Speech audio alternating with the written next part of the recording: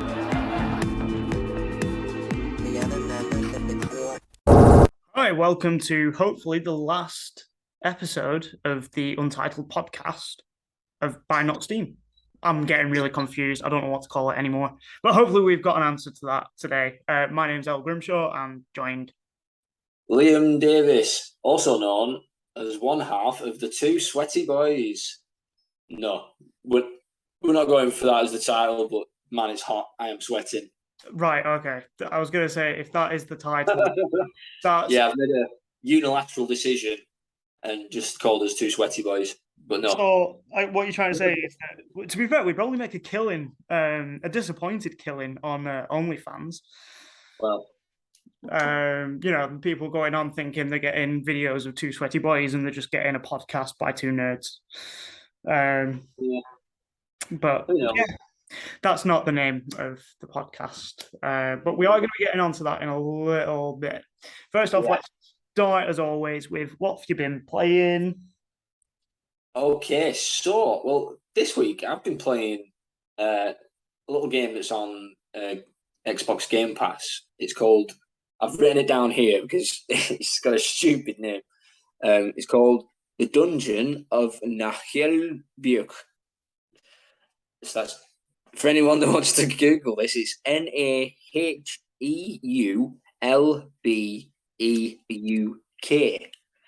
And basically what it is it's kind of like a fantasy version of XCOM in a way. Okay. So it's got real-time strategy. Yeah, combat's turn-based, like sort of grid-based combat, and but I love the sort of like whole overarching theme that they've gone for. Like it's all very cartoony. Sounds very Cthulhu-esque.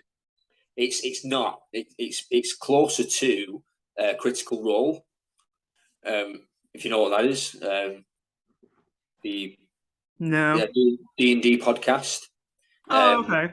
And it was turned into an animated show that's on Amazon, I believe, called The Legend of Vox Machina, which is it's pretty cool, to be fair. It's your general sort of stereotypical D&D like party. So you've got you've got a ranger, you've got an elf, an ogre, a wizard, all the usual ones, like a thief and all that. And that's what they're actually called. Like, they don't have names. They're just like the barbarian, the thief, the wizardess, and all this stuff. And it's all very sort of tongue-in-cheek. Like, it doesn't take itself seriously, and it sort of leans into like silly jokes, and it's quite sweary as well. And yeah, there's times where it gets a little bit much with some of the voice acting being a little bit too cheesy. But it is. I know what you mean, like an overhammed performance. Yeah, like some of it's fine. Some of it is fitting with the tone, and others, like there's like the elf that I mentioned. She's got like a ridiculously high pitched voice, and it's kind of weird. But it is the sort of game that you could just turn the volume down and pop a podcast on. And our podcast, for example.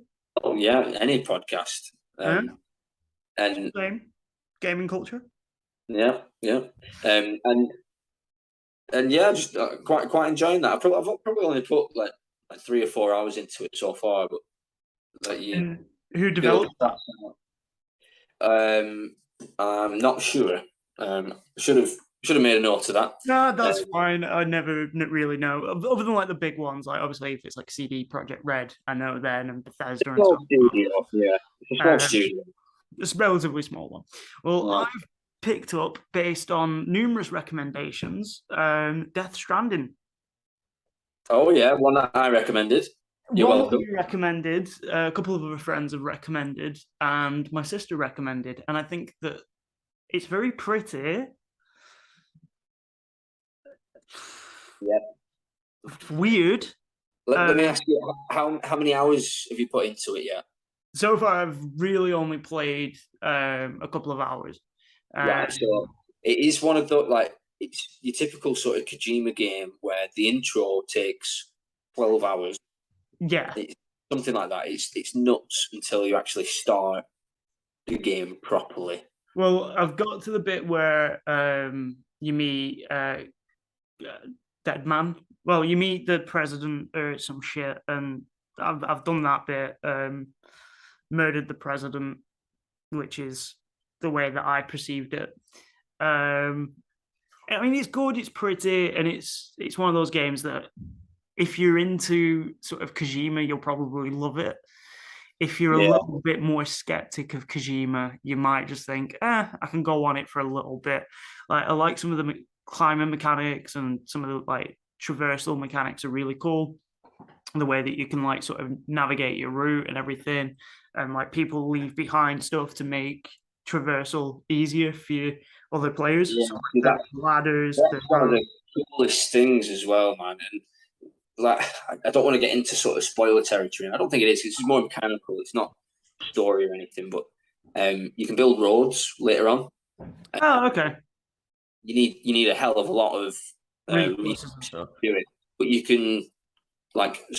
can come across other people's like partly finished roads, and you can add your resources to that, and likewise people will add resources to yours while you're offline. So you may start a bit of a road, you get halfway there, and you go off to bed or whatever, go about your life. Next time you play it, someone else has finished your road for you. Huh. Like, oh, cool. So it's like it's sort of my favorite multiplayer. Yeah, because it's got that element of multiplayer where it's not really multiplayer. Yeah, you don't have to actually deal with other people. You're just benefiting from other people having played a similar, having played with a similar mindset, like taking routes. Like you could be out in the wilderness and someone's put like a rope down for you so you can climb down this sheer cliff. Yeah, so I noticed that because obviously when there's the weight distribution mechanic, which I do kind of like that, but at the same time I think it's a little bit annoying when you've got to hold both triggers down whilst walking, to like shift the weight easier and stuff. Like I'd prefer it if, say, they just made it a button that you press and it changes your stance rather than holding it. It's kind of awkward, especially like when you're trying to sprint as well. I do really, really like the way that they've done the sort of fights. So it has the same instance of kind of like Prey, where at the beginning of the game, very underpowered. Slowly but surely, like as you play missions, you do jobs for people, you unlock new abilities or new skills or weapons and whatever. But like the first fight scene that I sort of got into was really quite intense because obviously there's all that black substance that comes out of nowhere, and then there's things trying to grab you, and then you've got to run away, and you're like scrambling for the easiest route to get out of the area. And it did sort of remind me of those like chase levels in Crash Bandicoot. Okay. You know what I mean? I was expecting that to go. Okay. Yeah, no, it's probably not what Hideo Kojima had in mind, but that's what it makes me think of. Is that like trying to get away as soon as you can, the Indiana Jones sort of scenario. Very pretty. Hideo Kojima nonsense. Every character's got some sort of weird metal name. Yeah, it's always my issue with Kojima games is that he has too much of an input in the sort of story side of things, like the narrative and the script and all that. Yeah. Like, it's a shame. It's sort of a shame that he's now the head honcho of his own studio. He can, there's nobody to tell him no. You can't. You shouldn't do that. It's just weird. Like I've never played a game where pissing was such an essential mechanic. He's so weird, and pooing as well. Oh, like, I've not got to the shitting yet. Yeah, you can turn your wee and your poo into weapons. Why? He sort of justifies it in the story, but man, it takes a long time to get there. To do it, to say a sentence in that in that game, or any Kojima games. It takes a good half an hour. Well, yeah, one of the things I noticed was that in the short time that I've been playing it, which probably about 2.5 hours or something, I think I've seen more cutscenes than I have in any other game. Yeah. And another thing that grated on me a little bit was the reveal straight away that you're somehow related to the president of America. Is a very sort of Metal Gear Solid kind of, here's the president of the US. Probably going to die or get assassinated, or there's going to be some sort of like clone of the president that you've got to fight at some point, as with any sort of Hideo Kojima game. And it still annoys me that he didn't make Silent Hills, because it looked like he's got potential for horror. There has been fresh rumours that is getting made. So, but you know, it's all hush hush at the moment. But it was Bloomberg that reported it, and yeah, they're usually pretty verified. There's rumors of a Silent Hill style, Resident Evil style remake of Silent Hill, the first three. So the original better three than anything that came after it. It wouldn't surprise me if they get announced first. You know, they get officially announced before any new Silent Hill material, because it's a good way for studios to sort of. It's a good way for studios to. I'll not edit that out. Yes, you will. It's a good way for studios to sort of test the waters with an old IP, like for instance, the Knights of the Old Republic. You know, the old Star Wars. BioWare doing a remake, or at least it's licensed a remake. Yeah, there's a remake coming. It's been delayed. Apparently, it's been an absolute mess in development. They've had to restart development 2 times now. So, do you think that's how are they building the game from scratch, or are they basically just rendering it to? No, it's a proper remake. Yeah, it's a proper remake. So it's going to be, it's next gen only. So it's going to be. But the thing that kind of worries me about that is that it's called Part 1. Yeah, I saw that. Wow, because I replayed the first one on mobile. They did a mobile port for it, which is actually a really good port. It's got all touch controls and it works pretty well, and it's remastered as well. Like, it looks better than the original did. But it's not a long game. I don't recall ever playing it. I did play a few Star Wars games when I was a kid. Played the Star Wars Bounty Hunter. That one. I've got that on my PlayStation at the moment, actually. I keep meaning to pick it back up. But yeah, no, I never really played it. But obviously I know what it's like, and I know what studio it's from. So I know it's very much sort of Mass Effect / sort of Dragon Age style game. And I know that it is considered one of the better Star Wars games ever made.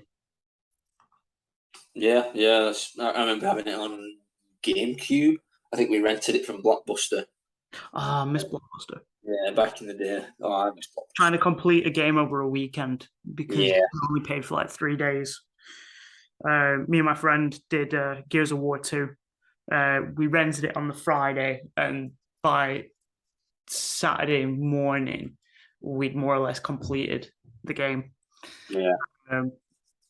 Me and a friend wanted the first Gears of War in one sitting, like from morning till evening. It took us 8 hours ish. Yeah, surprisingly, going back to some of the old games, it's surprising how much content was in them. Like, I swear that certain games have gotten either too big that they're almost bloated, like the Assassin's Creed games, where they're just never ending, or they've gotten ridiculously short. Like, it depends what you're looking at, because you could look at the AAA space and say that there's an argument to be made that pretty much every AAA game from the last, say, 5 years has been too long. Oh yeah, but there's also an argument that these little indie games that you can finish in 90 minutes, for some people that's too short, and it depends. Like it's a tricky one. Like I listened to another podcast recently that talked about the length of video games and what's long, what's too long, what's too short, and it's all down to preference, man. And for me, like I used to love the massive sprawling Ubisoft, Assassin's Creed style stuff, like Far Cry and all that.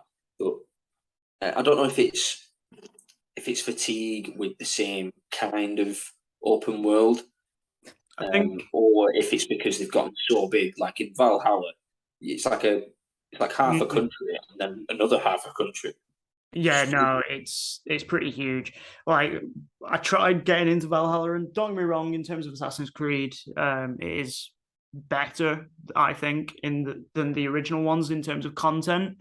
There's more to do in it, and you have like the random events, strangers, and whatever it's called. So you have that aspect of it, which does make it more fun. But I agree, like it's way too big. But kind of linked, kind of not linked. Who knows? Who really cares? What have you been watching?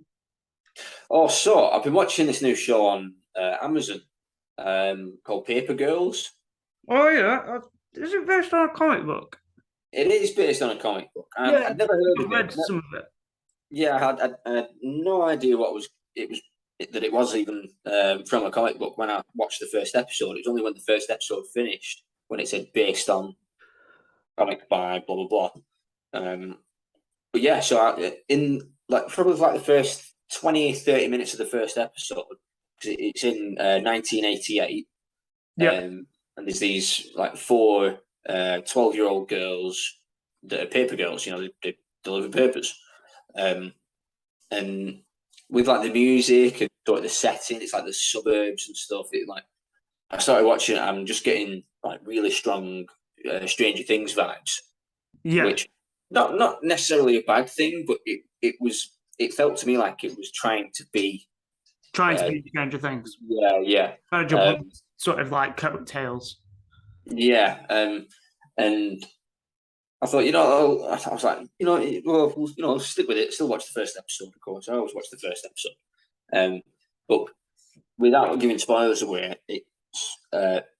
it's a time travel show. So I read. So how you are with TV shows, always watch the first episode. In my teenage years, I did sort of the same thing with comic books. So I'm a massive fan of Image Comics, which, if I remember rightly, Paper Girls was made by Image Comics.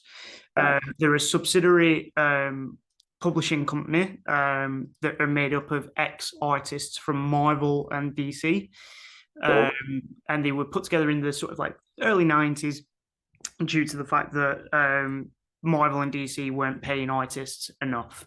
So they started their own independent comic book studio where they would basically print independent stories that weren't always linked to superheroes, that tackled more taboo subjects and stuff like that. They've got some great publications out, and if I remember rightly, Paper Girls was one of them. And I picked up theirs, and the art style is really, really good. It's got a very sort of almost graphic, Scott Pilgrim-esque art style. I was going to say, because you kind of get that sort of vibe with the show, with the color palette they choose. Yeah, like purples and greens, and every character has a key color. Not particularly with that, but they all have a certain sort of archetype, if you like. Yeah. But yeah, I'm really enjoying it. I think I'm 5 or 6 episodes in now. Maybe less. I don't know. I can't remember. But it's good. I'm enjoying it. It gets wacky, and I'm there. Wacky's good. Yeah. It's good. Yeah, I'd recommend it. What about you? I need to start watching the Sandman, the Neil Gaiman one. I've not started it yet, but that's on my watch list. But mine's a little bit different. I watched the Predator film, the new one, which is Prey. Not normally a fan of the Predator films. What about the original? Shit. Oh, come on. It's shit. It's just an action movie dressed up to be like a sci-fi horror. But it's better than Aliens. Marginally, but no, I think I prefer Aliens. Really? Yeah, it's got alien dogs in. Who doesn't love alien dogs? And Winona Ryder. So I watched Prey. It's all right, actually. It's kind of taken in a sort of interesting direction. So it tells the story of like a Native American girl. Well, I don't know if she's Native American, but she's an indigenous person of sort of America, Canada sort of area. Right. And she's part of this tribe, and she's trying to prove herself. When's it set? Like, sort of during the age of like Colonization. Yeah, when America was first founded, sort of like 1600s roundabout area. Anyway, they're on this sort of like trip where they're venturing out in the nearby rainforests, and they come across a predator's hunting ground. And it's pretty cool, like seeing how they've made the predator sort of more. So like they've taken the predator back in time as well. So like the predators we see nowadays are like they've got much better technology than what they had back then. And they show that off in the sort of like films to show like, you know, they're also still sort of adapting and developing. Some interesting fight scenes, a very dark film. And I don't mean as in like graphic content or anything like that. It's just very dark. A lot of it takes place at night. Oh, is it so dark that you're like, what the hell's going on? There were a little few bits that were like that episode of Game of Thrones, the last battle of Winterfell, which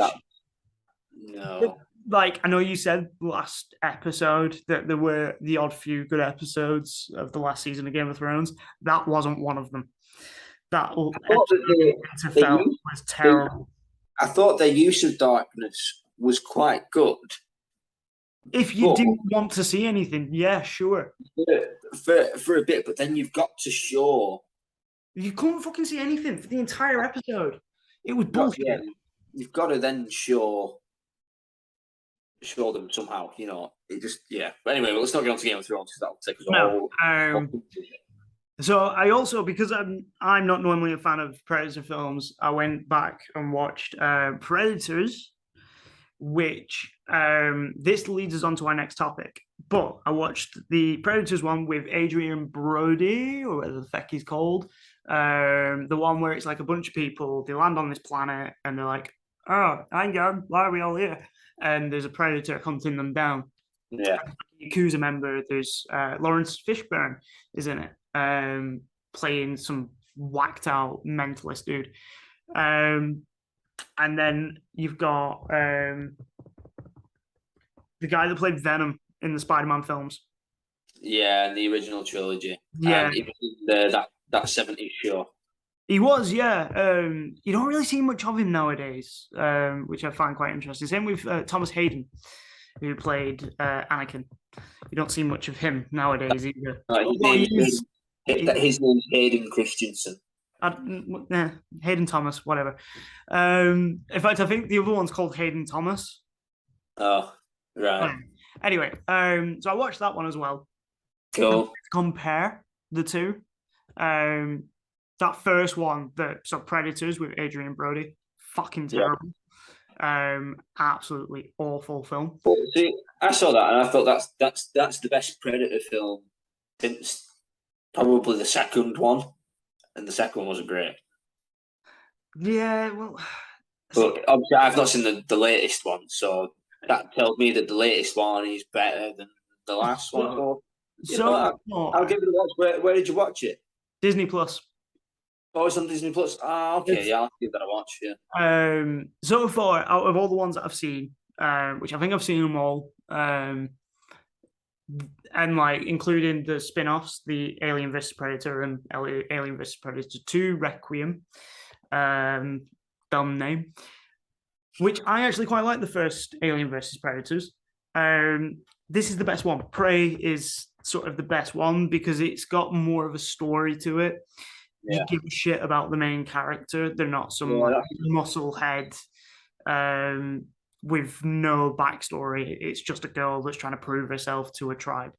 And it's got some pretty cool fight scenes as well, like quite intense like fight scenes.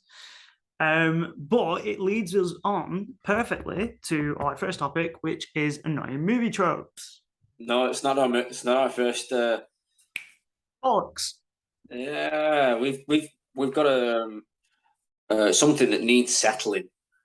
For what? Oh yeah. Oh okay. Yeah. Fair enough. 6 episodes now. Is this episode 6? Yeah, this is our 6th episode of the still untitled podcast by NOTSTEAM Productions. Well, hopefully not for much longer. I suppose though it depends on our potential names. I've got 3. How many have you got? I've got 3 and a cheeky 4th one. Okay. Well, you go first then. Okay. So hang on. Let me get my script up. Potential names, right? So this one's a little bit of a. So I've had this idea to run a podcast for a while, and originally when I was going to do this, I was going to call it L. Grimshaw's Little Horror Show. And by your face, seriously, your first. That was my first suggestion. You couldn't even chuck my name in there. Okay. Oh, that's how it is it? That's how it is, man. Right. Well. Okay. Veto. You can tell from your face that you love that idea. Oh yeah, definitely.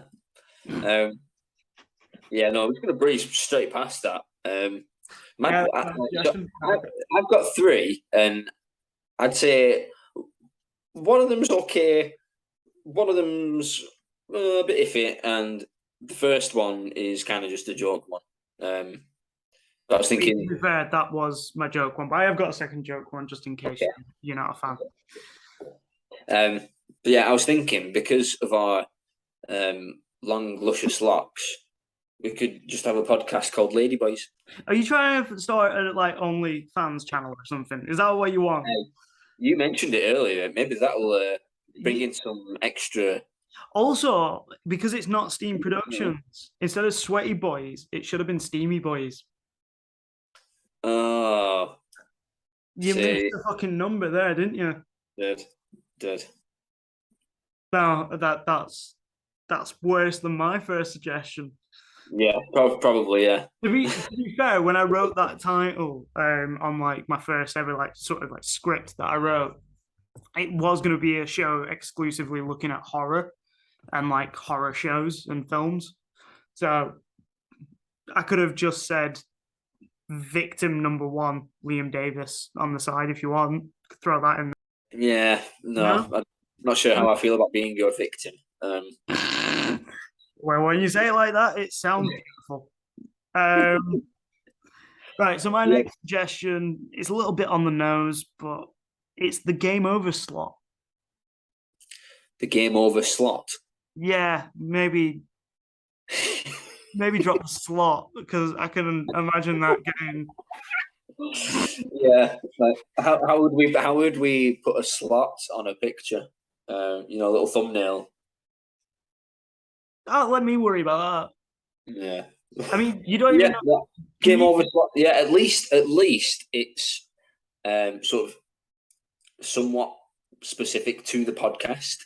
Yeah, that's what I thought. So it's certainly better than any of my suggestions. Also, you've checked out some of our videos that I've uploaded.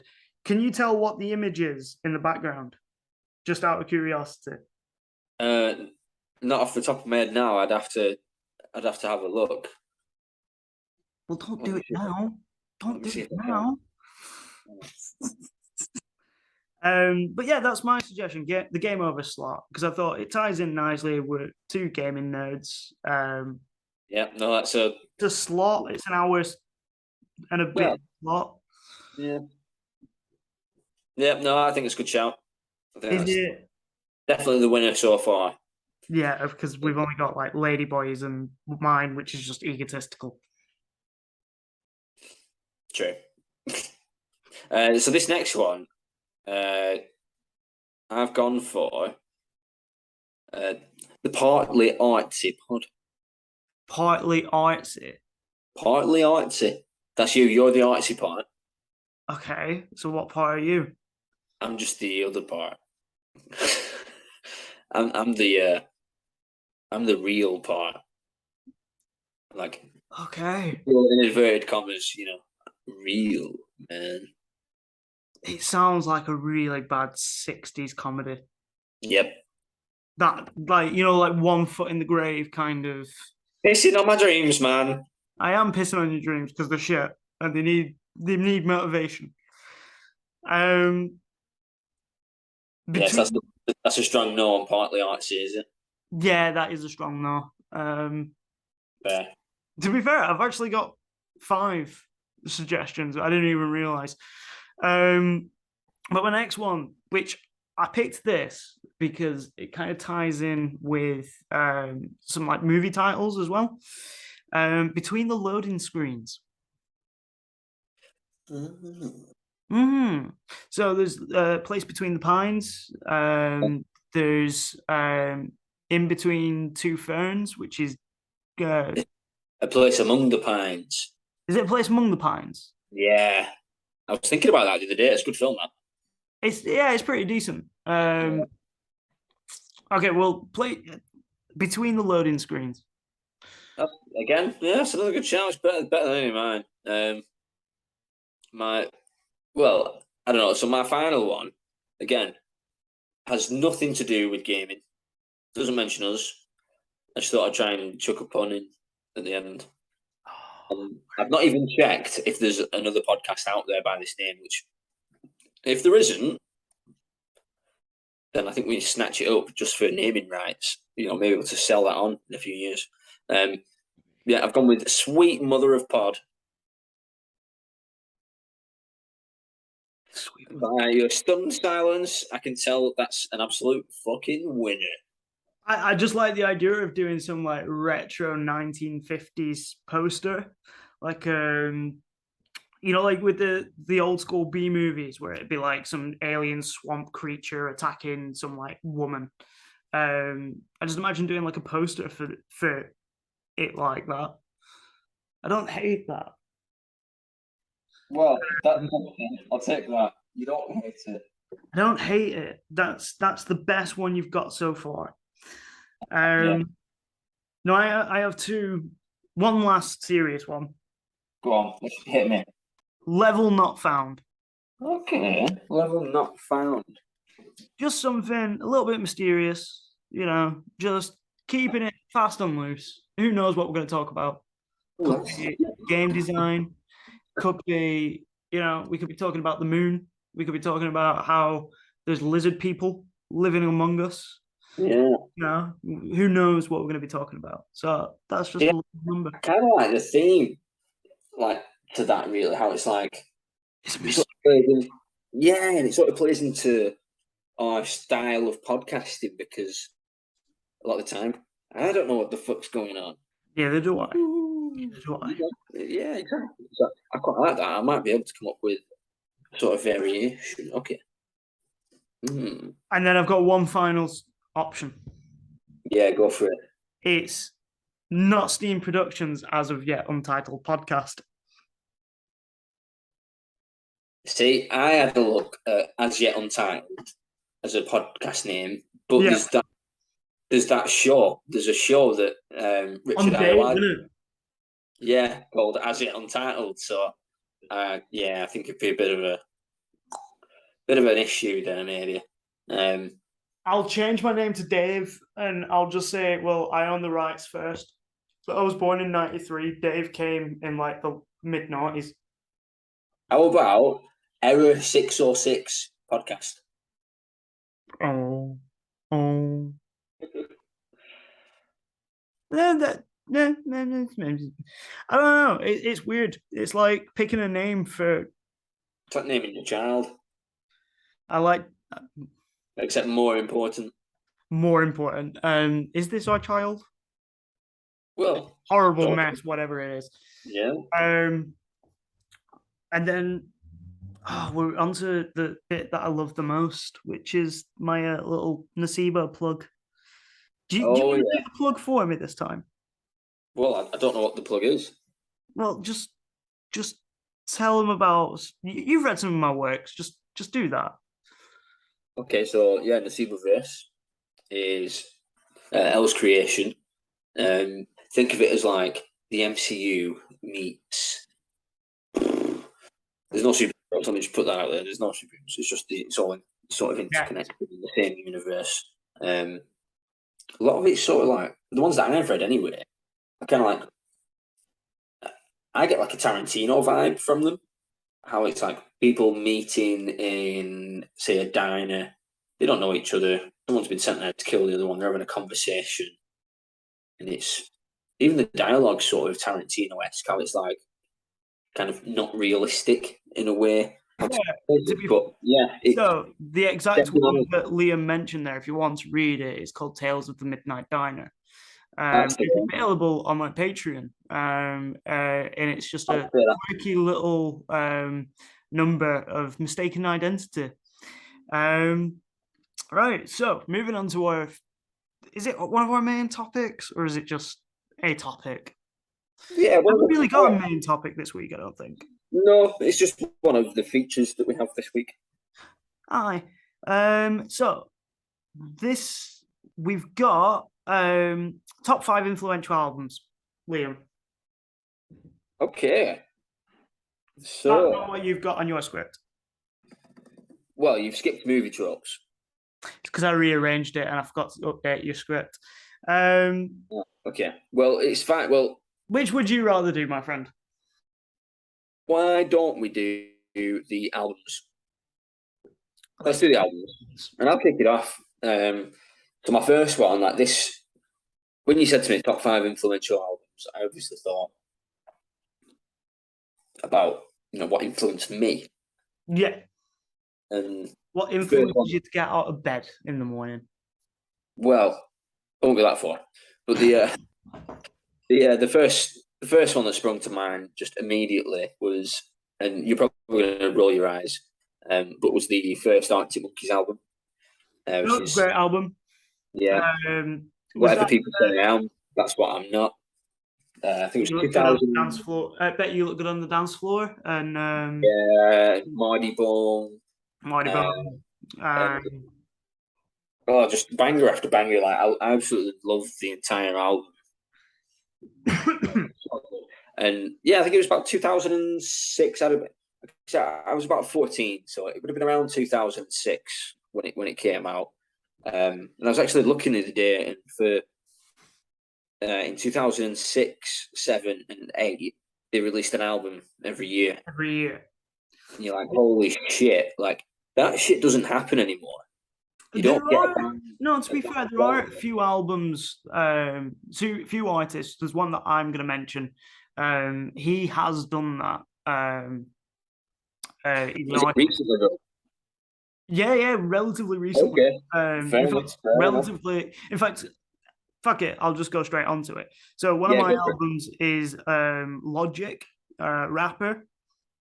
Young Sinatra, number 4, or YSIV, as it's written.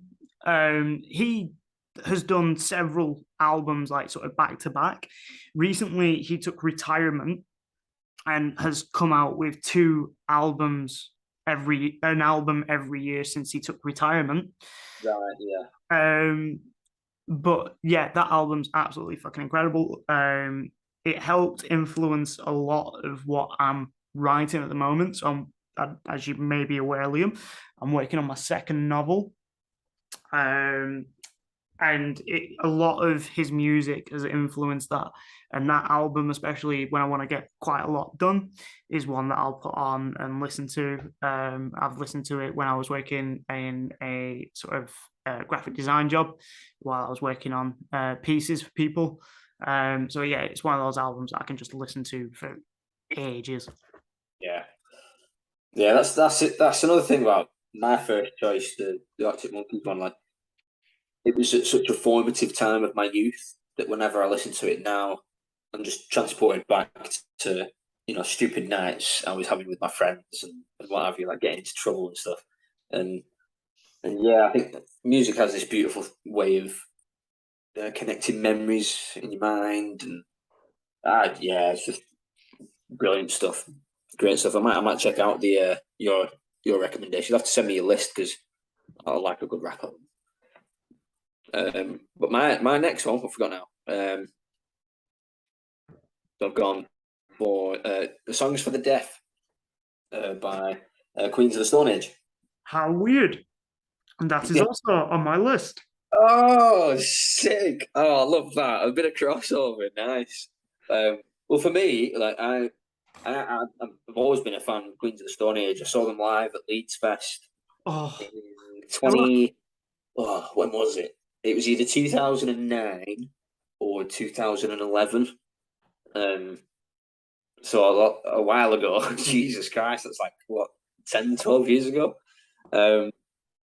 But yeah, they were awesome, absolutely brilliant live, and yeah, I've just been a big fan ever since. And I think that's my favorite album of theirs. I'm not 100%.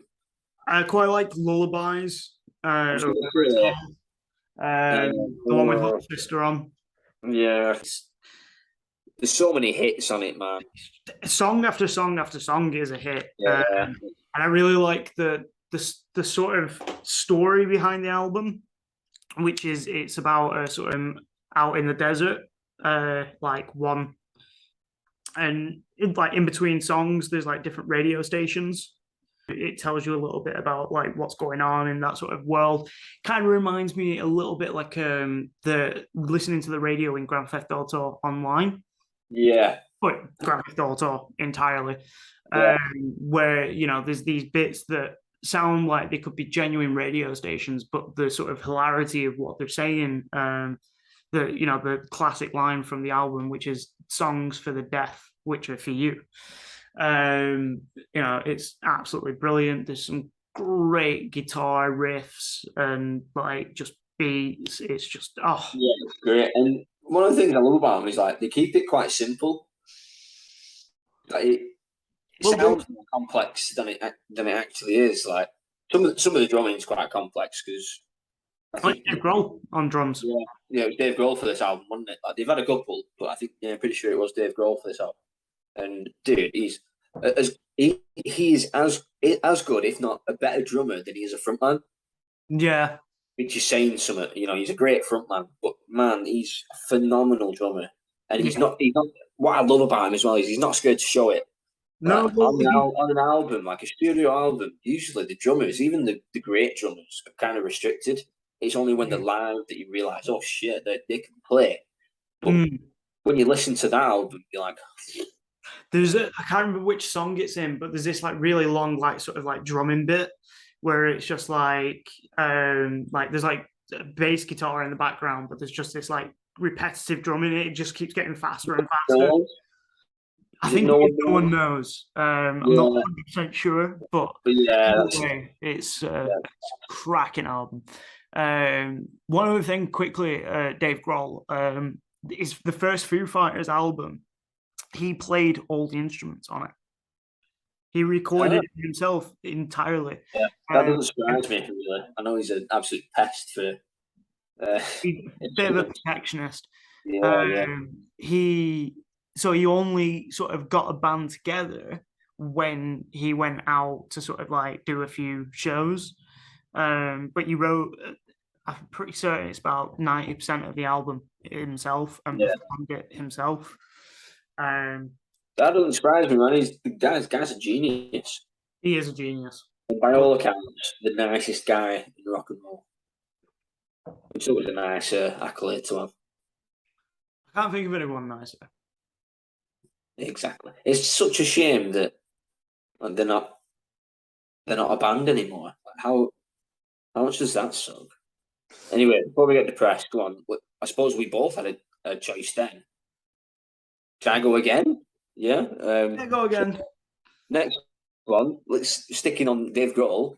I've gone for The Colour and the Shape. Foo Fighters. Foo Fighters, of course. One of Is their that earlier, the first album? albums. I've actually done a bit of research here. 1997. So technically, I was only 5 when it came out, but I was 4. that's good to know that you're a year younger than me. You prick. But yeah, this was the first Foo Fighters album I heard. I didn't hear it when I was 5. Just put that in there. Was it kind of an album that your dad had? No. It was when I'd have been in high school, so I'd have been 11 or 12 years old. It's when I started guitar lessons in high school. I started listening to other stuff. So yeah, 11 or 12 years old, and yeah, I just fell in love with the album. And it got me into. Do you remember the music channel Kerrang? Yes. Yeah, and because like Foo Fighters were always on Kerrang, so yeah, I'd get home from school and put Kerrang on the Sky. Like, ooh. I remember Kerrang magazine. In fact, I sent a couple of years back. I sent Kerrang a few of my articles, and just never got a response. Oh. But yeah, no, I used to love Kerrang. I used to buy it was it weekly? I think it came out. Yeah, it was either weekly or monthly. I remember they used to give out CDs back in the day, and it'd be like band covers. So it'd be like, say, Bring Me the Horizon doing a cover of a Slipknot song. And I absolutely loved them albums. I have one of them, but it has Lost Prophets on. Yeah, it's tarnished forever. Just touching on that quickly, the first ever live gig I went to was a Lost Prophets gig. Did you get molested? No, but my friend that I went with, she passed out twice. Like we were just stood watching it, and she's like, "Oh, I feel a bit funny." So like walking off to the side, and as we were walking off, collapsed and fell on someone. I'm like, "Oh shit!" Picked her up, like got her, like brought her back round again, and like started getting her back out so she gets some air. And then we were stood right in front of this massive meathead bouncer, and we were only like 17 at the time, so we weren't supposed to be drinking or anything. In fact, she wasn't drinking. I was drinking. She wasn't. She was driving. She wasn't having any. But yeah, she passed out. This big meathead bouncer picked her up, took her to the like the first aid section. And this one was like, "What? Tell us what you've had. Tell us what you've had." And I'm like, honestly, she's had nothing. Like, I've had a few beers. She's had nothing. You hadn't been round Ian Watkins, had you? No, we saw him. We saw him on stage, but yeah, no. In fact, no. This was before he came out. This was during the warm up acts. So Kids in Glass Houses were one of the warm up acts. They were very good. So when I was in college, there was a guy that I was friends with, and he had a Lost Prophet tattoo. And then I bumped into him. I bumped into him a few years back in like a bar, and I asked him about it, and I was like, "Oh, just out of curiosity, have you still got your Lost Prophets tattoo?" And he's had it covered up. Good man. Like he got it. It was the Phoenix from one of their albums, which is actually. I know what he did was despicable. I'm not condoning it. He deserves to rot in prison. But my issue is that they had some good music, and I feel bad for the rest of the band. Although I will say exactly what was going on. You can't tell me that the band didn't know what was going on. Have known. At least one of them must have known. Like with how serious his allegations were, but like at the same time, like there are occasions where like those songs will pop in my head, and I'm like, they are good songs. but the There's time. there's a good joke about a similar sort of thing. So they say that if you've watched the Michael Jackson documentaries, since his death, these ones that have come out about the allegations. Yeah. If you've watched those and you still listen to his music, then there's something wrong with you. Yeah. Luckily, I haven't watched the documentaries. Oh. But that's the thing. It's like I'm never going to stop listening to Michael Jackson. I know he did bad things, but I'm not. We touched on this in one of my previous ones with you mentioning Evil Genius, and we're getting massively off topic, so I'll have to bring us back to it. But one point I do want to make is that sometimes you have to separate the art from the artist in order to fully enjoy something. Like a lot of the speculation and allegations against Lewis Carroll, the guy that wrote Alice in Wonderland, of having a almost pedophilic relationship with the girl that Alice is based on, a real life person called Alice Liddell. If those allegations are true, and unfortunately we can't really go back and prove that they were true or prove that they weren't true. Because things were different back then anyway. I'm not saying it excuses it, but like on just slightly touching on. I know we're still off topic, but just touching on the Evil Genius thing, like without giving spoilers away. Basically, like if you're from anywhere from like 50 years ago plus, and you made a mark on this world in one way or another, chances are you were a massive bigot. Yeah, absolutely. You would be surprised. Gandhi, who I expected to be one of the purest episodes that I'd ever heard on that show. Huge bigot. Yeah, absolutely. He actually believed that whites were above Indians in the hierarchy of. Yeah, he had some weird theories of mental. He'd sleep with two virgins in his bed each night to prove that he had control. There's a good Sean Locke joke where he's like, oh damn, I'll try again tomorrow night. I mean, there's a lot of people that I look up to a certain degree, like H.P. Lovecraft, even though I know he was a horrendous man, and sort of like Edgar Allan Poe. Roald Dahl, horrible man. He was a horrific father. Dr. Seuss, 8, 9 kids. Oh, yeah. Anyway, yeah, off topic. So my turn next. You just went for whatever album it was before. I said the Colour and the Shapes. Yeah, it's you now. Turn and the Shapes. So my next album is a album by a small band. Well, let's say small, relatively small. A band called La Dispute, and it's called Wildlife. It's quite a heavy album. It's a sort of post-punk band. A lot of their songs are almost like angry poetry over guitars, which I'm really not selling it. But if you're interested in sort of more of a poetic, sort of almost literature style of music, it's brilliant.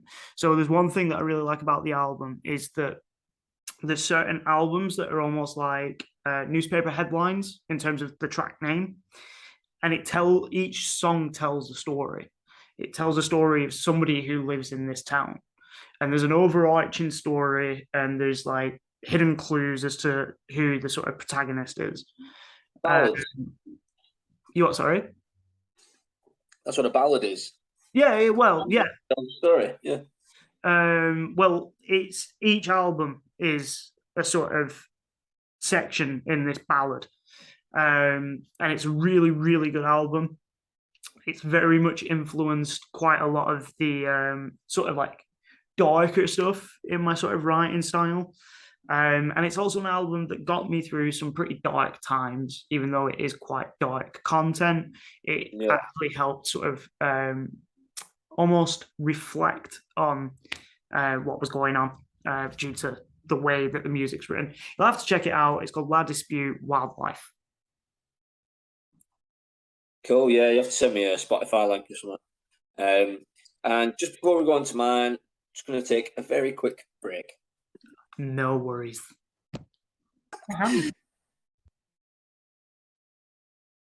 So that was my pick. Now, back to you, Liam. What's your next influential album? So my next, I've gone for Hot Fuss by Killers. By the Killers, yeah. To be fair, that is a good album. It's absolutely filled with classics. Like is it the best album? Yeah, I think it is the best album. It's the best I think you have to say that. They've had some good ones since. Like they've had a couple of like strange ones. Like these, like fair enough. You know, they tried to explore different avenues, but we're not talking about the other albums. This first album's an absolute banger. It was out in 2004, and I believe I got the album on CD for Christmas that year.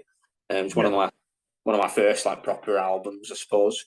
And yeah, just like fell in love. I've seen them live a couple of times now, and they're amazing live. Like Brandon Flowers in particular, he's just an incredible showman. Like we went to Benicassim Festival in Spain a few years ago, and it was for a stag do, and they were the final act on I think the Saturday night, and they were brilliant. They'd probably done already like 10 or 12 songs, really big set, and then they thanked us all, went off stage, and we're all chanting, you know, one more song, blah blah blah.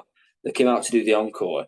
Well, the whole band came out apart from Brandon Flowers, and they all start playing. And then Brandon Flowers appears like center stage with a full like gold sequined suit on, and like big like platform heels on, and they just absolutely Elton John vibe. Yeah, big Elton John vibes and big Vegas vibes. Like they're from Vegas, aren't they? So they brought a bit of that with them, and yeah, just one of probably the best live band I've ever seen. And yeah, just incredible. Don't say no more because that is going to be a future topic. So it is something, because when I was writing my sort of answers, I was attempted to put on a few sort of bands of the ones that I love the most when I went and see them live, but I had to steer away from that. I do love that album by the Killers. I'm just disappointed by everything that came afterwards. I feel like, for me personally, a bit of a one album band. I honestly can't tell you much that they did afterwards because of what I've listened to. It just doesn't have the same punch that first album had, Liam, and that's what it's all about. It's about the punch. I get what you mean. If you're in it for the punch, then yeah, you got to stick at Hot Fuss. I like sort of the melodic side of things that they get into in the later albums. Well, it brings me to one of my all-time favorite albums by a band called Graveyard. Now, they're a Swedish band. They've got a very sort of 60s, 70s hard rock sound to them, inspired by Led Zeppelin and sort of various other artists from that sort of time period. And they're called, the album in particular is Hinsingen Blues. It's an absolutely great track. It's lots of like sort of hard bluesy sort of rock ballads. There's one in particular on there called The Siren, which is one of my all-time favorite songs. It's just got such a nice sort of melody throughout, and it's one of those songs that you can't really place. So like there's certain songs you can listen to and you'll go, oh, that's from this decade, that's from that decade, and stuff like that. A lot of Graveyard's music you couldn't ever really place, in my opinion. I could be wrong, you know. Somebody might listen to it and go, oh yeah, that's from such a period, and then you'd be like, all right, fair dues, you got it right. But as a general rule, like their music could be from any period between 1960s to now. And it's just a really good classic rock album. Cool. Yeah, no, you'll have to again. Yeah, you have to send me that as well. Yeah, completely oblivious to that. So for this category, I've got two more. I've got one more that is on the list and one more honourable mention. That's fun. Now that I look at it, I should have swapped it around really, but I'm just going to go with what I've written. So my last one, I'm going to go for Jake Bugg. Okay. And I think that's his first album is called Jake Bugg. It's a self-titled thing. And like I really like it. I think there's a lot of good songs in it. The reason I've chosen it though, it's not really because of the album itself, I suppose. It's more because it's some of the songs on there are some of the first songs I learned to play and sing at the same time. So like say if I'm at an open mic night or I'm singing somewhere, like if I'm a little bit nervous or whatever, I've always got like a few Jake Bugg songs I can fall back on. I think I heard you sing Lightning Bolt by Jake Bugg. Yeah, you might have done. Yeah. Because that's one of my favorite Jake Bugg songs. Like again, very classic, sort of like some of his newer stuff's pretty good as well. Because he's sort of one of he's the things not one about of those artists you don't really hear that much about, which is kind of a good thing sometimes. Yeah. He's not full of himself. No, he's working class background. He looks He's from Manchester, isn't he? No, he's from Sheffield. Oh, okay. Yeah, but he's like I really like. If you look at his albums, like he has a very distinct style for each album. For better or worse, it obviously it's down to taste. Like he did an album that was kind of disco, and I think that's his more recent album. Like not his most recent one, the one before. That was more disco. The one he's done now is more sort of closer to like finding his own sound now. Yeah. You know what I mean? Like he's got the sort of the CV now, if you like, where he's he can do disco, he can do sort of faster like upbeat stuff. He can do the slower. Like I've seen him live doing an acoustic set, just him and a guitar on stage in front of like 2,000 people, and it fucking kills it. Like finger picking. It's like his voice live is like pitch perfect, never misses a note, and it's kind of a hero of mine, I suppose. So yeah. Well, it's kind of because one of the reasons why I put this sort of topic together was purely because of like your singing background and performing background. I was curious as to what kind of albums you might come up with because a lot of my albums are picked from a writer's perspective, the sort of albums that I can listen to and get lost in, and not hinder creativity so much. So one thing that I do. Certain like stories that I'm writing or certain characters that I write about, they have their own soundtracks that I'll listen to kind of emulate that tone, that kind of sort of idea that I want them characters to have. So there's one in particular for a character that I'm still yet to introduce fully, called Crybaby. Very much inspired by like the sort of 1980s style Femme Fatale. But a lot of the music in there is like Billy Idol, it's Guns N' Roses, it's like little bits like that. Yeah, apologies if you heard a dog barking in the background. We didn't manage to pause it just in time. Hey, good. Which is not that much of an issue, to be fair. Like, the amount of shit that gets saved into the podcast. Like, I was listening to it back, and there was me telling a child to fuck off that walked past my house.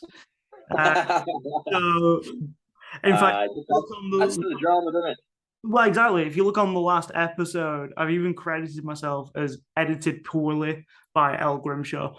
Uh, So it's fine. Don't worry. We can work around dog politics. The dog comes first. We're a dog-friendly channel. we are definitely. Yeah, cool. Well, that was my Jitbug. That was my final sort of proper suggestion.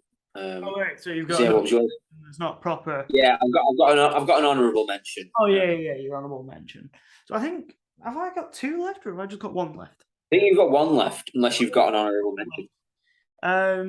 No, I haven't got. Oh, I have got an honourable mention actually, because I was struggling to figure out where I'd place this. So I have got an honourable mention. Thank you, Liam. Final album is Deftones, or an album by Deftones, and the album in particular is Diamond Eyes. Now, Okay. Deftones are a band that I've known for ages, ever since I was. I've heard of this band, which is a first from your list. To be fair, my list is a little bit all over, apart from Queens of the Stone Age. Queens of the Stone. But yeah, Deftones are a band that I've known for ages. My cousin got me into them when I was sort of young kid with the sort of like music from the White Pony album. And then sort of 2000 and I think it was 6, or maybe later than that, 2008 or something. They released Diamond Eyes, which was their first album with the new bassist after Chi Cheng was in a car accident, who was their original bassist. And that album has ever since has been up there as like one of my top favorite albums they've ever done, one of my top favorite like just rock albums. I listened to it on repeat constantly when I was in college, to the point that I knew every song from the first sort of. Yeah, no, I can't recommend that album enough if you like your sort of. I don't even know how you describe them, sort of fast metal, whatever. They're metally, they're sort of not metally. They're sort of one of them in between ones. They can do a bit of both. They can do the sort of slow melodic stuff, but they can they can turn it up when they need to. Yeah, they do an absolutely brilliant cover of "Simple Man" by Lynyrd Skynyrd. That is absolutely fantastic. Like, it's one of my favorite covers of that song, which is one that I highly recommend, and that's on their B-sides and rarities album. Cool. So what's your honorable mention? Again, you definitely need to send me this list, because how are you describing it? I definitely need to check it out. Yeah, send them to me, man. And then I've got an honourable mention, which, looking at it, really, this should have been on the list, because it's not just an influential album to me, but it like helped spawn a fucking genre. I've gone for Nirvana, Nevermind. Of course. Because it needs a little mention anyway. Again, there's so many good songs on it, and I think it's shot back into the charts recently as well, because Underneath the Bridge, or Under the Bridge, whatever it's called. Yeah, it's been on the new film, The Batman. Is it Under the Bridge? I think because the line is underneath the bridge, but I'm not sure if the song is under the bridge or underneath the bridge. You are? Is it not Something's in the Way? Oh, in fact, you're right. It's In the Way. In the Way, yeah. Yeah, no, you're right. But yeah, that was my honourable mention. Like, just what an album, you know. And again, it's my my third album that has Dave Grohl involved in it. Bit of a theme there. Yeah. So I'm going to throw in an honourable mention. It's a band that basically was the soundtrack to me completing Bloodborne. So every time I would play Bloodborne, I would listen to this album. And it's Bloodlust by Uncle Acid and the Deadbeats. It's a very psychedelic rock album. It's got some amazing tracks. And again, not going to go into spoiler territory, but they may come up in conversation again when we do the gigs question. Okay. Okay, sweet. Yeah, that's a good shout. Yeah, we'll definitely Actual, do a deep one. I've thought of entire new categories we can do on this as well. same. Top 5 films, Have we not already done the top 5 films? probably, but we could just choose different films. We could. We could just I choose. mean, like, how many films are there, man? There's There's so many. millions. Exactly. Millions. And we're what time? So we're gonna have this little behind the scenes section.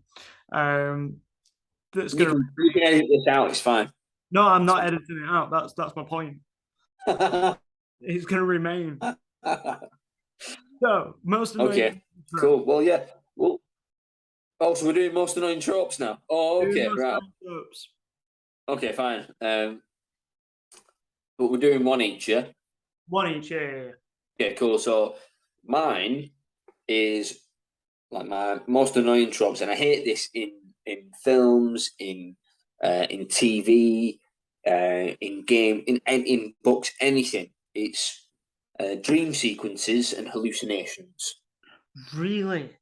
Hate it. I absolutely hate it. Let me tell you why. Right? Go There's on. nothing worse than when you've spent 30 minutes watching an episode of something, and then somebody wakes up and like, oh, that didn't actually happen. You're like, well, God damn it, what was the fucking point?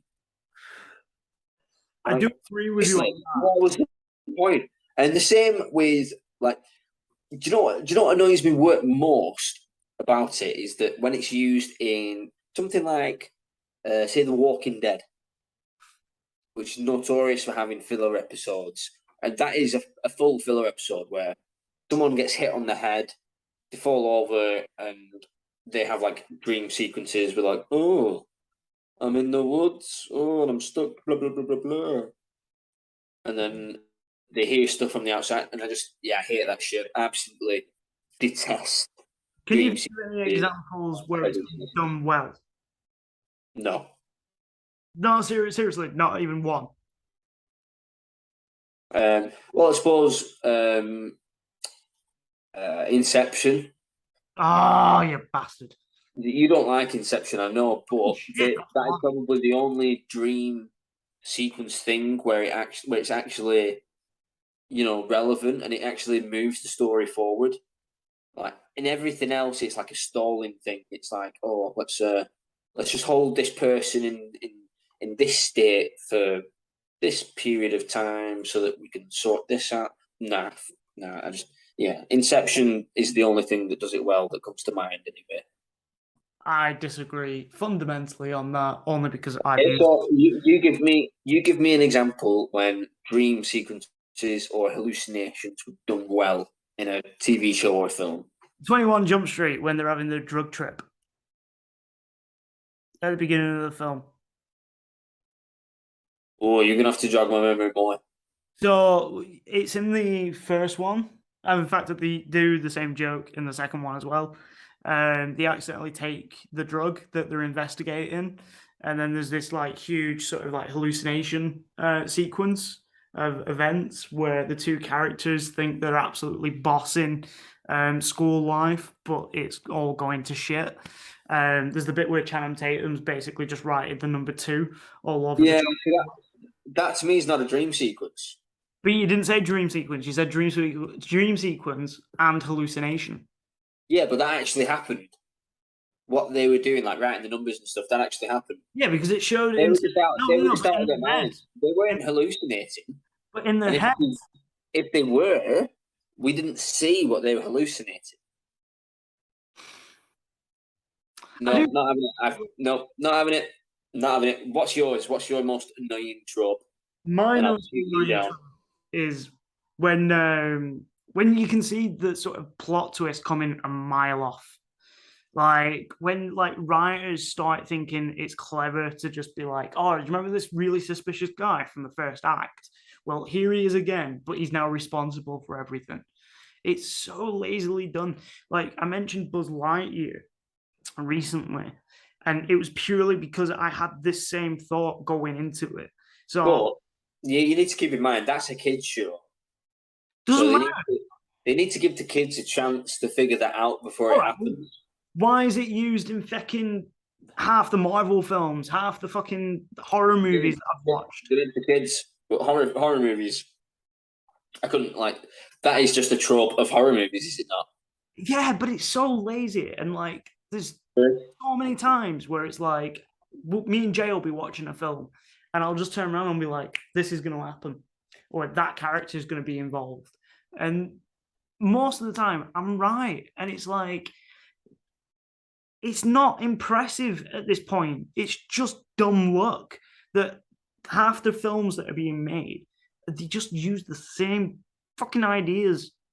It's like we were talking about the in the last one with the two president being shot at films. Oh shit! Yeah. In fact, I saw one of them advertised the other day. There's Olympus Has Fallen, and then there was London Has Fallen, if you remember. And you're like, well, Angel Has Fallen or something like that. Oh, loads of bollocks, man. Loads of bollocks. It's bullshit. And then the other one's called something like White House Down. Yeah, that's the one with Channing Tatum and Jamie Foxx. Yeah. To be fair, like, it's not terrible. It's what you expect from that kind of film. It's fine. It's like a poor man's Die Hard. Yeah. Or like Con Air, that kind of like reminds me of like the sort of 80s action movies. Yeah, it is. It's a modern take on one man against an entire any sort of Steven Seagal film. Yeah, so annoying tropes. Fucking hate them. I could have carried on, man. I do agree with you on the dream sequence. Sometimes it could be very lazy. Lost was really bad for that. Yeah. I almost put flashbacks into it as well. But I think there's too many instances where flashbacks is done well. Because I do think used properly can be a really effective storytelling technique. Well, I think dream sequence. So I didn't think that in. But it just depends on how they're used. I do agree with you when it like takes up a full episode or like nearly an hour of a film, then you're doing something wrong unless that dream sequence has some sort of purpose. Exactly. That's why when you asked me when it's done well, the only film I can think of when a dream sequence mattered a fuck was Inception. So yeah, I disagree with that. Well, you've not given me an example still. Yeah, well, okay. Freddy Krueger, any number of his films. Tons of dream sequences. Well, yeah, okay. South Park, the whole episode with Inception. But you're just kind of proving my point that Inception is good, yeah? No, because South Park. Oh, I nearly had you. If South Park parodies it, it doesn't necessarily mean it's good. It means that the masses have lapped it up. So moving on to our next topic, which is game design. A movie, which you're going to choose the movie. I've got a few ideas for each of them out of the two options that we've got. Don't look so confused. Which movie are you picking? So the options are John Wick or The Raid. So you picked John Wick. Absolutely. Only because it's so much better than The Raid. I think like with The Raid, yeah, it's a great action film, but I couldn't tell you any of the characters. No, but I do think that's part of the problem. And not to open this up into an entire debate of what it's not, but I think that's partly because of the fact that it is kind of a foreign film. And like obviously John Wick, I know John Wick's name. I couldn't tell you any of the other characters' names. Right. That's fair point. It's one of those names that it just, oh yeah, John Wick. It sounds badass. Whereas The Raid, he could be called Bob. He could be called Tony. It could be called, but it's not the name of the film. So I don't think that's a fair statement to make in this. I'm defending you, my friend. You may be right there. And you may be right, like say if it wasn't called John Wick, if it was called Dog Revenge. I would have no idea what John Wick's name was. You're probably right. If it was called Baba Yaga. It could possibly be like a John McClane situation. Yeah, exactly. But everyone knows who John McClane is. Everybody does know who John McClane is. He's the star of the first Predator film. Jay, rather, give him a slap. She's not seen either of the films, so. Oh my god. Okay. Never well, seen. moving quickly on then. So I've chosen John Wick, and the developer I'm going to choose to develop it, the studio, I've gone for Slow Clap. So this is a studio that have made the recent hit game Sifu. Oh, okay.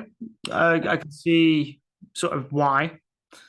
Yeah, it sort of makes sense on that side. I think for me, that is the best martial arts game out there. Like, I don't think there's many martial arts games anyway. It's kind of a niche market, but the way that they make it feel so deliberate, the way that you're attacking and you're countering and dodging, it's very tactile, and one of the like tightest controls I've ever felt in a game, in a way.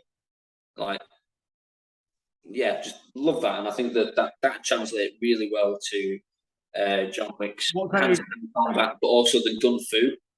Like, you'd have to bring in a gun fu element where it's like killer combos and stuff like that. Yeah, like, I think the way that I might do it is like, so you could have gun, like 2 pistols in your hands, but you could still do hand-to-hand combat with like blocks and dodges and what have you.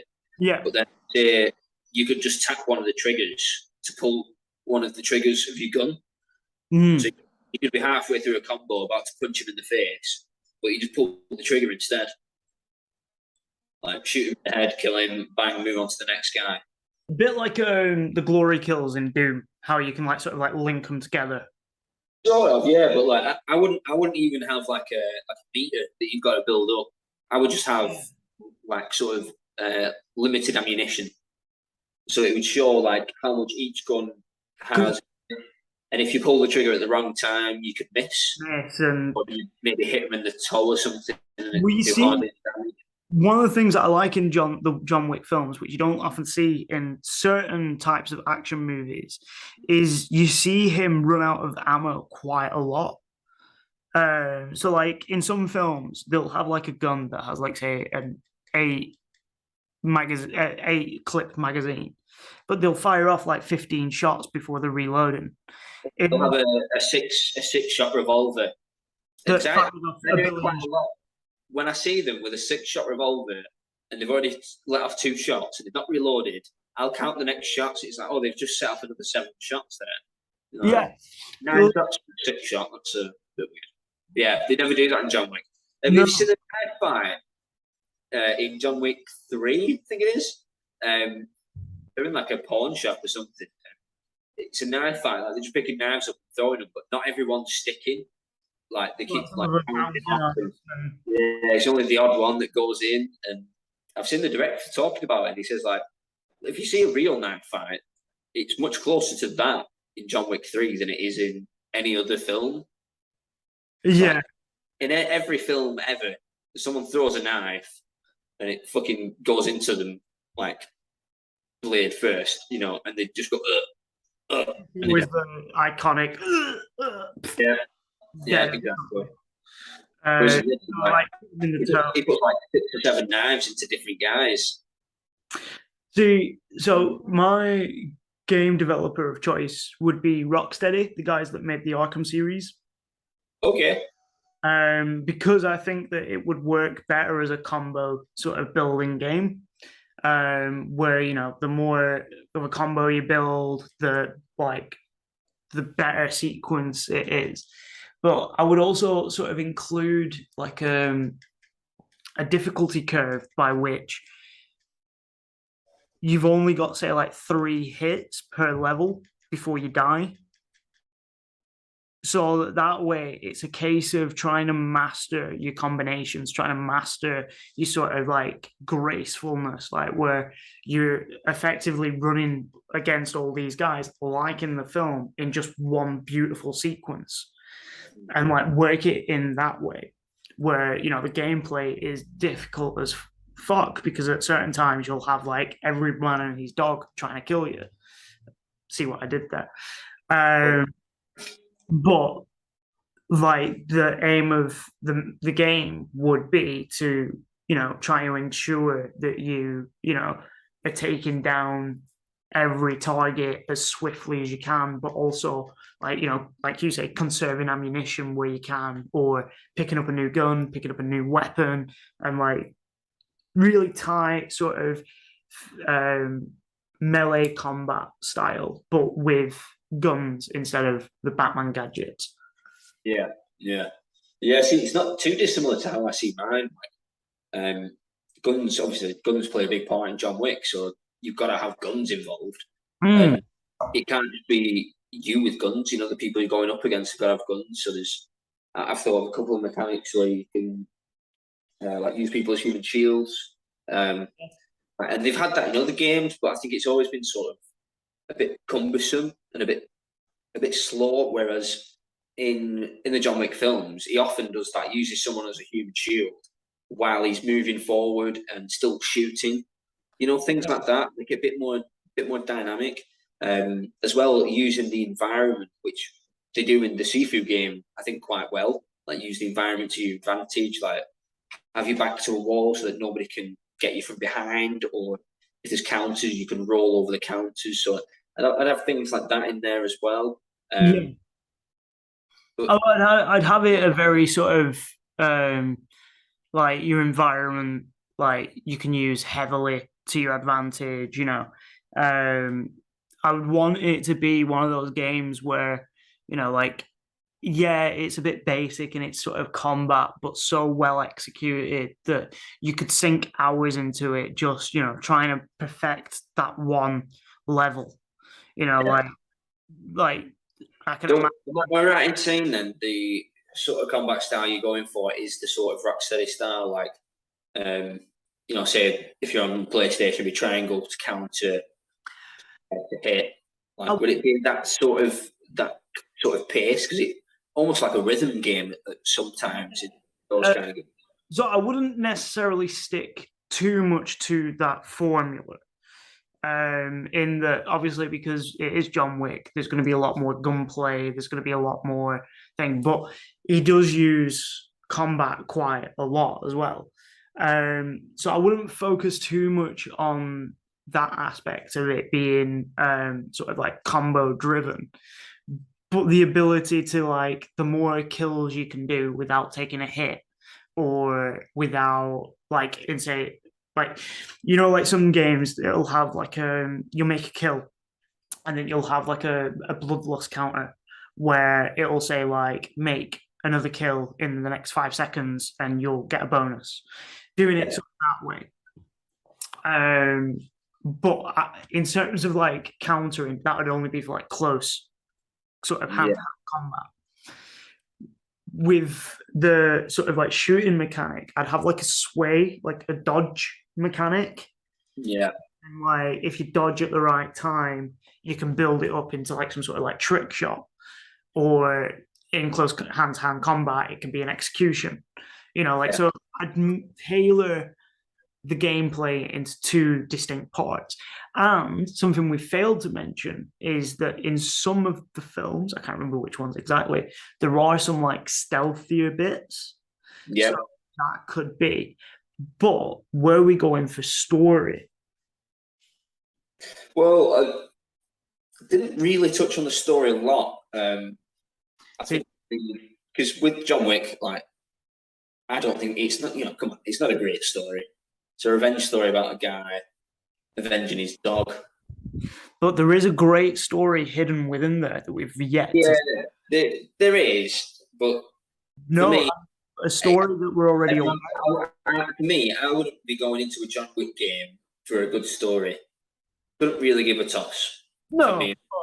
Me, as long as the gameplay is tight, like I sort of envision mine being a mix between like the close combat of Sifu, like that really deliberate, like spatial awareness, like knocking one guy into another to make them stumble so you can focus on someone else. That kind of shit, but mixed with like almost like a Max Payne style of like cover system, and like you could be fighting think of it in like a club with a balcony that goes around the dance floor.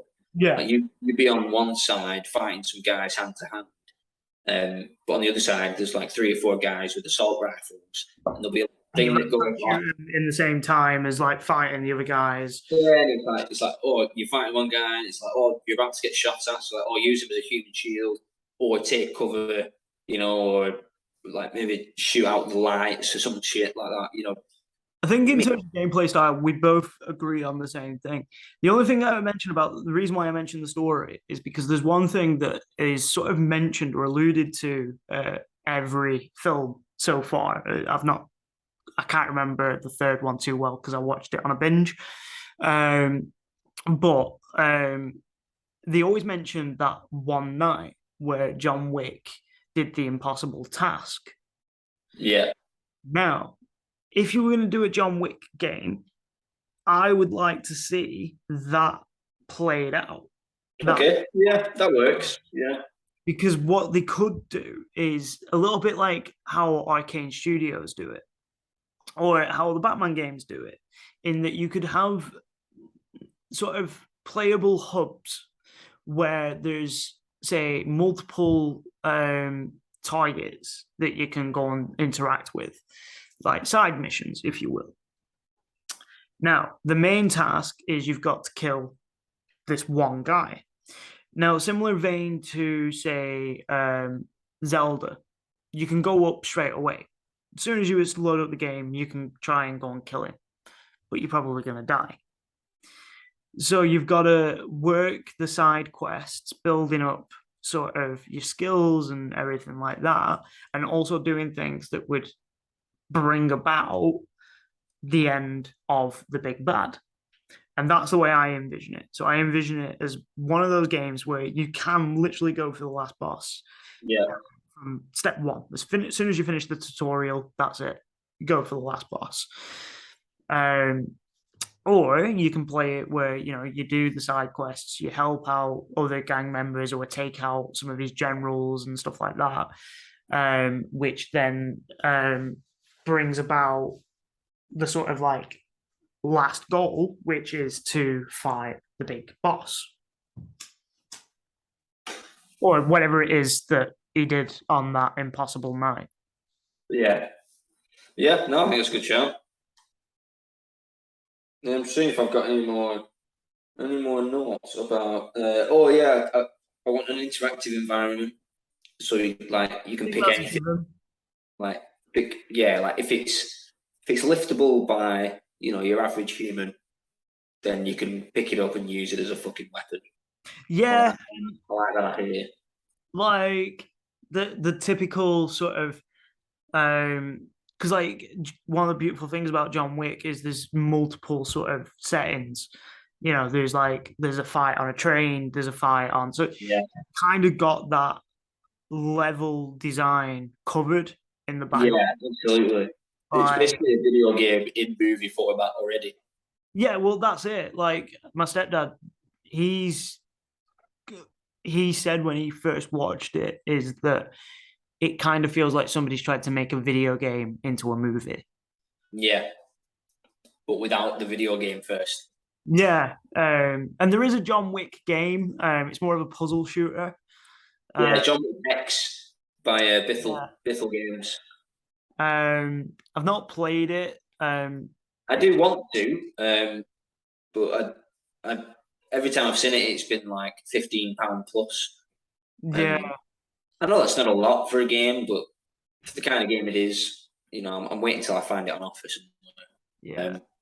But yeah, I kind of like the idea of that, how you plan your moves ahead of time.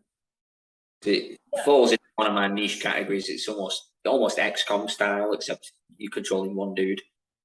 Well, see, I like the Batman, the way that Rocksteady did the Batman games. I think they're incredible. Even though the third one, in my opinion, is the weakest one, it's still a phenomenal sort of game series. obviously they've got the Suicide Squad film coming out soon. Yeah. I'm pretty certain that John Wick is a Warner Brothers film, so they've already got the rights to it to a certain extent. So, as promised, here's another hypothetical question involving Batman. Oh.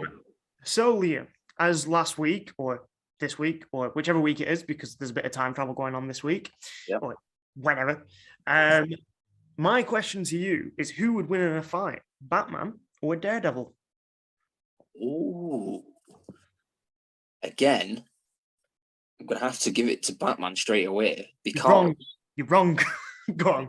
Because Batman will find his weakness. Yeah, so obviously with Daredevil, he has got one sort of major weakness, which is that he doesn't do too well with sort of really loud sort of sounds. So obviously that is one factor, but he has got the ability to hear pretty much anything. Now, as far as I'm aware, Batman has a pulse, therefore he has a heartbeat. Of course. So I don't think stealth would really work. And when it comes to sort of hand-to-hand combat, they're very much on par with one another. Yeah, both sort of trained in sort of like ninjutsu and stuff like that. Yeah. Now, Batman has a lot of different gadgets and stuff, so that might go against Daredevil a little bit. Daredevil has a couple, like traditional. Yeah, but there is cane, like his blind cane, so he can turn it into like a stick. Or shorter sticks.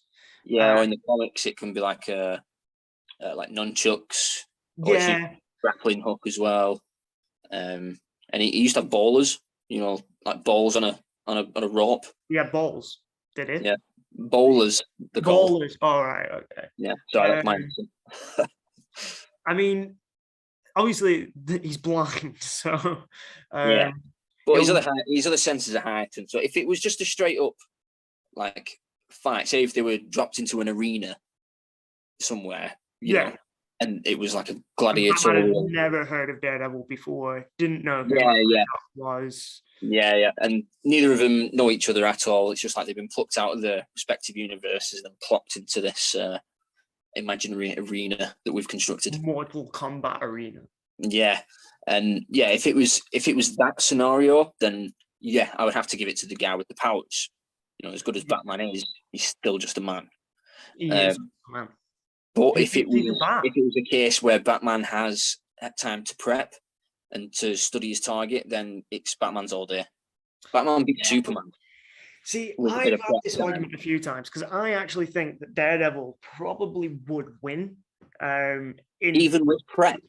Even with prep, although there is obviously the factor that his one weakness is loud sounds, which I think may kind of go against him. But it's quite an easy thing to exploit compared to having to, you know, craft something out of kryptonite to beat, say, you know, Superman. Or a card trick. Yeah, he just has to do. He just has to show him some magic card tricks, and then Superman's like, oh, fuck, don't know how to defeat this guy. Yeah. Well, I mean, I personally prefer Daredevil. And in the last episode, you said that Blade was the Marvel's version of Batman. And he's one of them because he's sort of anti-hero status. I was going to suggest that actually, if anybody's going to have the title of Batman in the Marvel universe, it would probably be Daredevil because they've got very similar sort of upbringings, apart from the fact that one's rich, one's not. One's blind, one isn't. One doesn't. I'm struggling to see the comparisons, my friend. But they both have horns. Well, technically, Batman's got ears. They're fucking horns. He thinks he's a bat. He's got mental health problems. Yeah, exactly. No, well, they both got the spiky things on top of their heads, so they're practically the same person. That's the only common thing you can find. You know what? You know who's got more in common with Batman from the Marvel universe? It's Moon Knight, and not the. I said this last week. Yeah, and it's true. What about Black Panther? Not the MCU version. Although Black Panther's not far as well because he's also got ears. He's got money. Yeah, he's got ears. I thought they were. Yeah, he's got an entire nation. 3 seconds ago. He's a king. He's got that on top of Batman. Batman's not a king. True. Unless he's the king of bats. I don't know how that works. He's sort of the king of Gotham. Well, some iterations you could say that Bruce Wayne is the king of Gotham. Yeah, well, they refer to him, don't they, as like the Prince of Gotham or something. Like, there's a few villains that like say like, oh, that Bruce Wayne, he's the Prince of Gotham. But nah, I think I'd have to give it to my man Daredevil, just because, you know, disability inclusion. He's disabled, sort of. He's gonna win, basically, because Batman would feel sorry for beating up a blind man. Yeah, but I don't think this is it. Like when Daredevil goes up against his enemies, I don't think they know he's blind. Well, so Kingpin at some point does find out that Matt Murdock is Daredevil, and then obviously he's like, "Oh, you're blind." Which, can you imagine going to prison and then saying to like, "Oh, how did you end up here?" "Oh, I was twatted by some blind dude." Some blind dude in a red and yellow suit. But yeah, another hypothetical where red and black. There's no yellow on the original Daredevil suit. Was red and yellow. Was it? Yeah, definitely. Back when he first... or the red and black in the MCU one. Well, in the new Daredevil show that's going to come out, it's said that he's going to have his classic red and yellow suit. Oh, in fact, yeah, I've seen a little snapshot, and yeah, it is. So it looks more gold than yellow, but yeah. Yeah, it's like that sort of goldy yellow, like sort of mustardy. Oh, cool. Yeah, I do like it when the MCU does some like comic accurate depictions of characters. Even if it's not like the full film, it might just be like a little cameo scene or whatever. Yeah, to be fair, I kind of can't knock the Daredevil suit in the TV show. I think it's really good. Because like sometimes with superhero like costumes and stuff, they just look a bit ridiculous, like, and they don't look practical or comfortable to wear at all. Sometimes, yeah. And like the Daredevil one, in the Ben Affleck film, it was effectively just a leather suit. It was like some sort of weird gimp suit. Yeah, and they were trying to go comic accurate, weren't they? And if anything, that's more comic accurate than the Netflix series one. No, yeah, because like the Netflix one, it's more of like a armor. It's like sort of Kevlar and the Ben Affleck one was it did have essences of gimp. Definitely. Yeah. Although I did quite like the Daredevil film. I don't know if that's more nostalgia speaking, more than anything, and I think when it first came out back in 2003, I believe, something like that. It was probably one of my favorite comic book movies, more so than Spider-Man, which I was kind of surprised at. I remember liking it at the time, and then only as I sort of got older, it's gotten loads of flack. I haven't been back to watch it, and I don't think I will, because if it is bad, then I'd rather preserve that memory of it that I have in my mind. Actually, an okay film. I think last time I watched it must have been about 10 years ago, and he plays a better Matt Murdock and Daredevil, in my opinion, than he did Batman. But I don't know if that's purely because Zack Snyder really fucked up the Justice League film. I didn't think he was a bad Batman. I don't think he got a fair shake as Batman, really. I just remember that bit where he starts using guns. Yes, that's like a future version that may or may not have actually happened. It's one of those. Like, it was a complete mess, that film. Both of them were. Well, I mean, we've not really got an answer there. I personally think Daredevil would win, but that's just being biased. Depends on the context. Like I say, if it's a one-on-one in an arena, then yeah, the guy with the powers and the abilities, then yeah, it's his. So what we've learned from this is that next time we do one of these, where it's two sort of like characters pitted against each other, we need to try and find a way to have a clear, decisive winner. Well, what we should do then, we could make it into a category and have, like I say, we have an arena, and we just say that's how it is. It's like, right, and maybe you pick a guy and I pick a guy. And then we can go we can be proper nerds. No, because then we'll just be backing our own guys. I think each week you pick two, we'll debate them. And then the following week I'll pick two, and we'll debate them. To be fair, we'll see. We'll see where it goes. It's very fast and loose with our formula. But this has been a random section that we recorded at the beginning of another recording because something went horribly wrong with the recording. So as for that, thank you for listening. Please do the thing with the thumbs up and the subscribe thing. And adios. Ciao. Bye, guys.